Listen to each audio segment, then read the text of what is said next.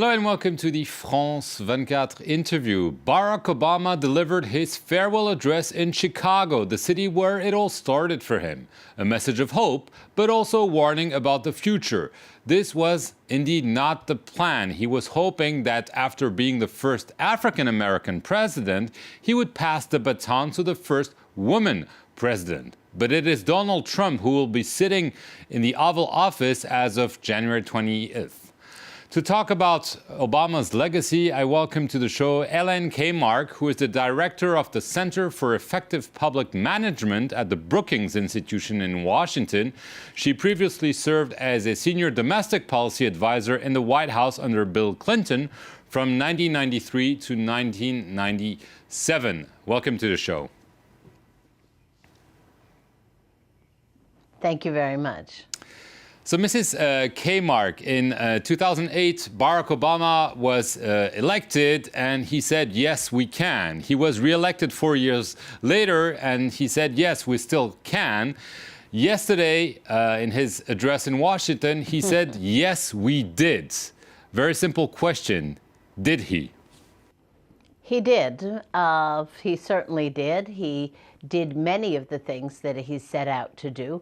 But there were some significant holes in those 4 years, and they really resulted from the fact that what he could not do is he could not manage to create a working relationship with the Republican Party, nor could he manage to strengthen his own party so that he could get more done. Yes, I mean, this was supposed to be a quote-unquote post-partisan era. He promised to usher in Washington a new era, but this lasted 2 years. He lost the midterm election, and that was it, essentially, and that was clearly a failure. It was clearly a failure. I mean, losing the House of Representatives in 2010 was the moment when all other plans of Barack Obama had to be shoved to the side. He never did regain his political momentum. And I think that one of the problems that you sort of saw in the speech last night is that, yes, there were some fairly substantial accomplishments in the 8 years, but the unstated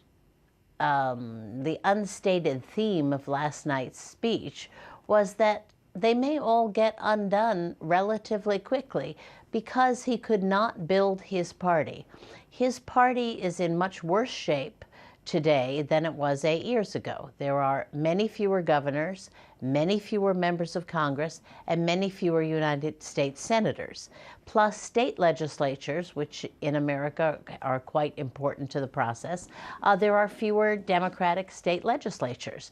So all in all, his legacy is undermined by the fact that he did not build a strong political party, because that's what constitutes and that's what continues the legacy. Obviously, there are many issues that are going to be on the table for the new Congress. They promise essentially to repeal the so-called Obamacare, which he was able to pass when he still had a majority in both houses of the Congress. Do you think that this will indeed be the biggest and earliest example of how Obama's legacy will be undone? I'm not sure it'll be the earliest, because it's going to be very difficult. The Republicans, we have a saying in the United States about the dog that catches the bus. You know, the dog goes running after the bus and finally catches it. That the Republicans with Obamacare are like the dog that caught the bus. Now what do they do with it? Because what they're realizing is that because Obamacare, in fact, got implemented in 2013, there are now about 20 million people who actually get benefits from it. So they will be in the position of taking the benefits away. And, you know, Obama alluded to that last night in a very clever way. He said, look, if somebody can come up with another plan that insures more people and lowers the cost of medical care, then I'll be publicly for it, knowing very well that that's extraordinarily difficult to do. So they may undo pieces of it, but they're in a quandary now because they may suffer some political backlash for it. Right. I want to get to clearly another issues that people thought might improve under Obama, race relations. This was supposed to be a post-racial era, the first African-American president. What a symbol, of course.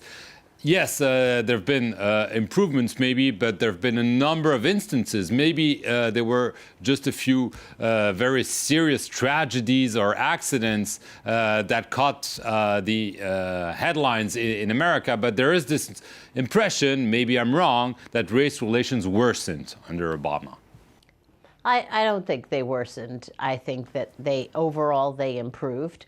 But I think that Obama being the first black president brought out a lot of latent racism in the United States, and we saw it in the Trump campaign.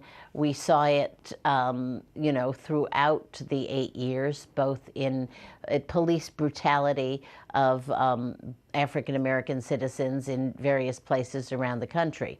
I mean, I think as a day-to-day matter, race relations have improved in the United States, but I think there are real pockets of resentment.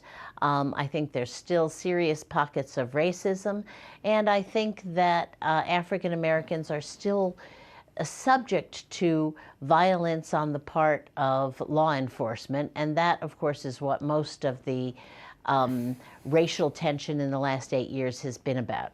Right, and maybe the fact that, as you mentioned, or hinted at least, Donald Trump was elected, one could say that it's in part because of Barack Obama and who he is.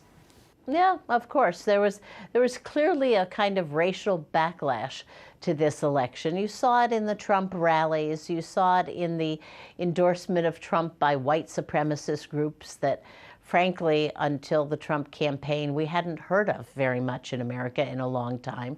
So, yeah, I think that Obama's presidency brought out the racism that is still in America and is probably going to be there for quite some time. But I think it also propelled a new generation to see the world in less polarized racial terms. And it was no accident that Barack Obama praised young people, praised millennials last night, because he knows that those are his folks. Those are the people that got him elected president twice, and they are not nearly as racially polarized as older people in America.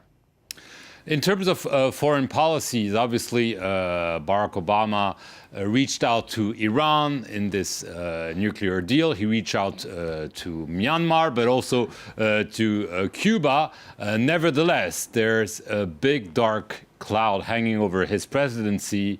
It's Syria. Yes, exactly. And I think even Democrats are very disappointed with not just Syria, but his whole hands-off approach to the Middle East. You know, a very wise reporter once said to me, the job of the American president isn't necessarily to solve the Middle East conflict, but to manage it so that it doesn't get out of control. Well, you know, large parts of the Middle East, and particularly Syria, are now out of control.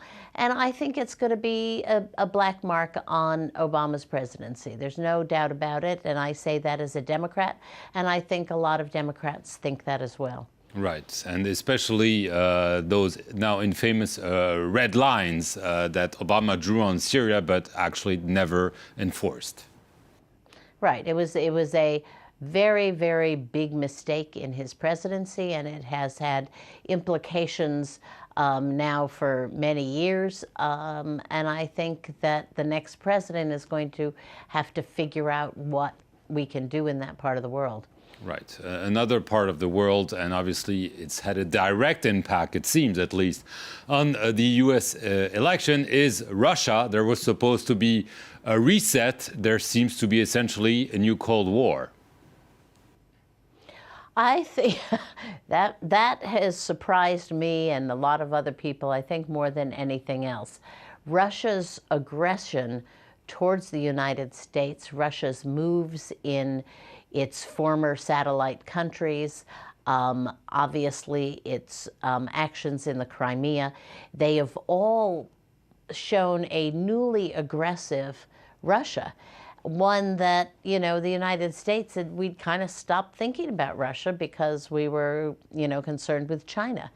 And this newly aggressive Russia is a danger to the world order. Many Americans think so. Ironically, the person who doesn't think so is Donald Trump, the president-elect. So we'll have to see how his point of view about Russia changes as he becomes president and as he learns more. But it's a very frightening situation here to see us in a kind of second Cold War, a kind of cyber Cold War. Although I think that we are well ahead of them in all aspects of warfare, no matter what they are. Should Obama have been more careful vis-à-vis Vladimir Putin? Yes, I think he should have been. I think that the U.S. government, the White House, was very slow to understand what was happening with the hacking of the Democratic Party. Obama and the White House knew about it, talked about it as far back as October. And apparently people in the government knew about it even before then. I think that they were passive. And I think that that the history on Obama's foreign policy is going to be that, in contrast to George W. Bush, who a lot of people thought was way too active and too interested in getting America involved everywhere in the world, I think Obama kind of overcorrected in the other direction, and in many areas was simply too passive. Okay. Elaine Kamarck, thank you very much for your thoughts on Obama's legacy, and thank you for watching this edition of The Interview on France 24.